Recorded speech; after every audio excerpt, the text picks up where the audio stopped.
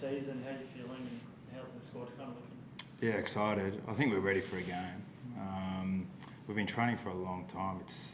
We're just talking about it, like Southern Hemisphere pre-seasons are, especially for the duration of the comp, it's almost double the time. So I think we've done everything that we can till now. So yeah, we're pretty excited to get going.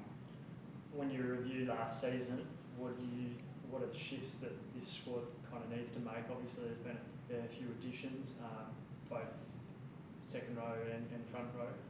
What are some of those shifts? Well, we're hoping that the additions bring what we want to the table. I think the biggest thing for us is we just got to either continue or make a shift in working hard. I know that sounds pretty simplistic, but there's a lot that goes into that, especially from a forwards point of view. Living in the darkness and really liking it. I think probably self-reflection, probably just didn't put them in that dark place enough last year. And so, yeah, we've sort of put them in that hole, and they've sort of forced them to work hard out of it, and they have. So it's the best time to do it around pre-season. I think every team's doing it. It's just who can sustain that throughout the comp, and that's what we're looking for. So a fair bit of reflection. What do you look like when you say trying to kind of go through the darkness there? What can you actually do on the footy field or pre-season camps that might see that side kind of manage to do that? What are we doing? What do we look like under fatigue? What's our reload speed like under the last 20 minutes? Repeat efforts, those sort of things, which seems so cliche, right? But it's something that we really want to, as part of the DNA. I think that's what tough is. Being able to perform and execute under extreme pressure, under extreme fatigue. And the only way that you can do that is sort of living it each week, almost each day.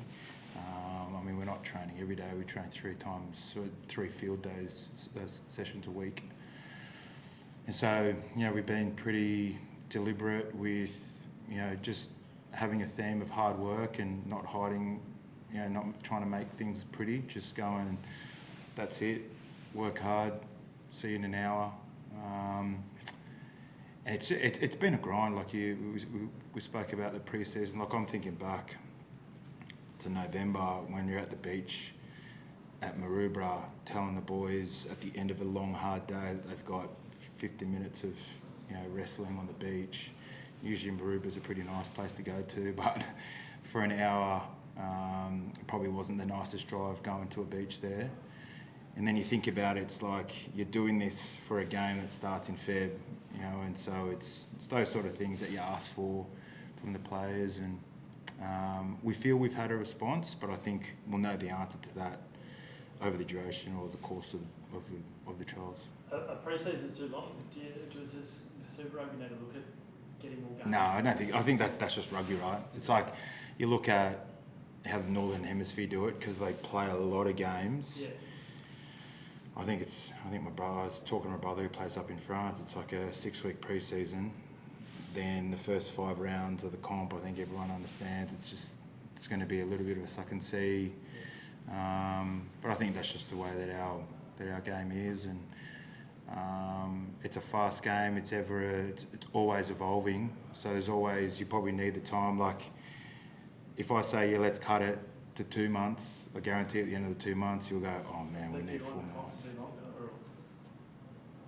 Don't know. I haven't really thought about it. Yeah. Someone like we were talking to beforehand. Must be nice seeing his evolution as a player and the day of how many years ago would it have been since he's first been here? Yeah, ages ago. He's changed a lot, both on and off field. Country boy coming into the city, into a club like Eastern Suburbs, like you go straight from country straight into the Bondi Beach lifestyle, and you always knew that there was something inside him. You just needed to figure out if that's what he wanted to do. And unfortunately for me, when I graduated from being a Colts coach at grade, I was looking forward to having him as part of my pack. That was the year that he decided to go to the Force. And you never know. Like, you never know if you're going to link back up with a player. And a couple of people that you part ways with, whether it's me leaving East or me at East and that player leaves. Ferg's always one of the ones that you go, I really hope that I can link up with him again, just because I think we always knew that what his potential was going to be. And so it's no surprise that he's been to the UK and done really well, caught our eye, and we're pretty particular with what we were looking for when we got him. Again, straight down that hard work, attitude, style of player, and that's what we find in him. And we're just pretty happy to have him part of our team. Looking forward to working with him more. Is there any injuries with the squad at the moment? Yeah, there's a few. We're being cautious with some. The guys are long term, like Marky and Jorgo. They're back into training. Marky was out there today, so we're sort of coming to the period where a lot of the guys who had missed a week or two of those long-term injuries are starting to come back in. So we'll get a better look at what our trial against the Reds looks like next week, but hoping that we see some of those names come back into the side. Pauli, from a coaching perspective, have you been happy with how the new recruits and that emerging crop of youngsters have integrated into the culture of the hard work that you're trying to instill? Yeah, we really have been.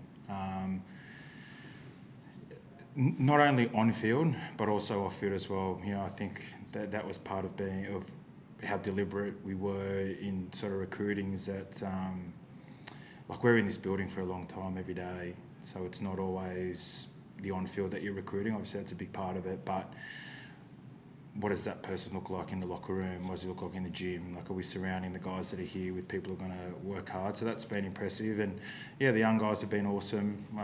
We had a school leaver come and join us. That was meant to be for 4 weeks. He impressed us. We extended it, then we extended it again. So that's someone who's coming into a squad and probably looking around and seeing how important working hard is. And you sort of bring that in early, and he's coming in. That's his first impression of the place. Hopefully now, like I said, we've just got to make sure that it lasts throughout trials and into the season. Speaking about the younger players, and again from a cultural perspective, it's the 150 years of rugby in New South Wales. The coaching staff has, brought about a few sort of initiatives, like bringing in past players to go through decade by decade. And how important is that from a culture perspective in, instilling pride in the jersey and celebrating those who've come before? I'll go personal with this one, because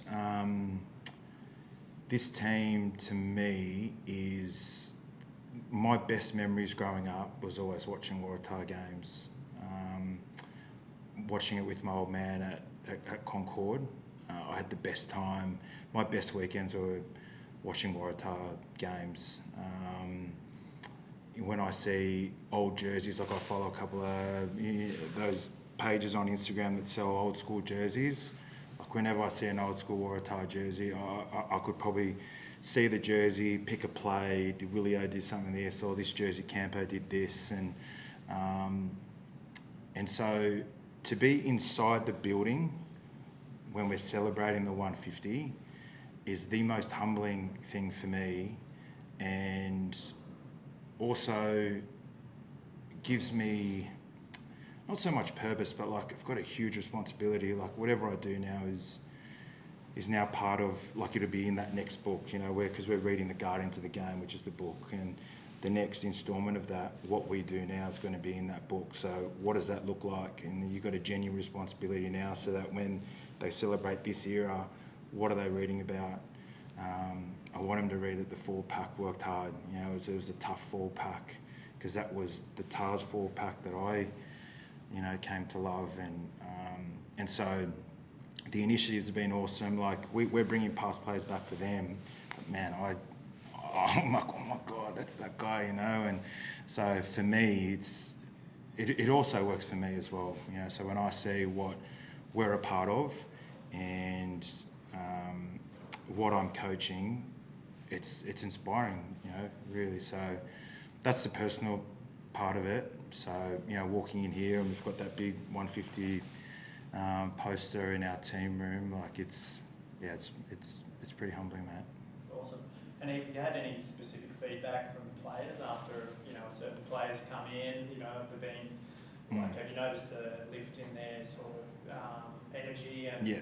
confidence? Yeah, they have some pretty cool stories, and obviously the later or the more recent that we go, we start to know those players. And we had a recent one in Tom Carter. Like when we invite those players back, we actually don't know how many times they come back in. Like that was Tom's first time in a Waratah building since he retired, so you almost feel guilt, So, but his story was awesome again, just around, especially him.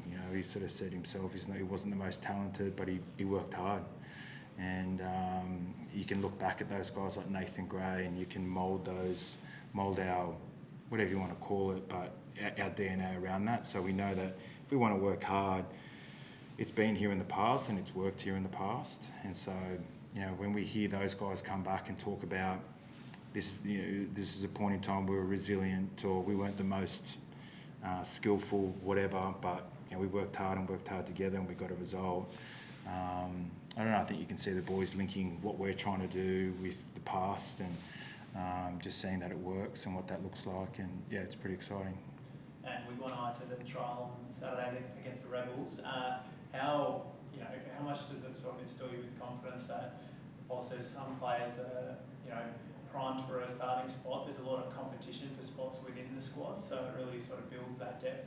Yeah, we see that all the time, like even our line-out session this morning. And I love the banter, like that comes with it. Obviously, we're all on the same team this weekend, but there seems to be a competitive edge, and I think that's why I was sort of saying we're ready for a game. Like we need to go out and be a team and play against different opposition. I think we're ready, and yeah, we're pumped for it, mate. We're really looking forward for it.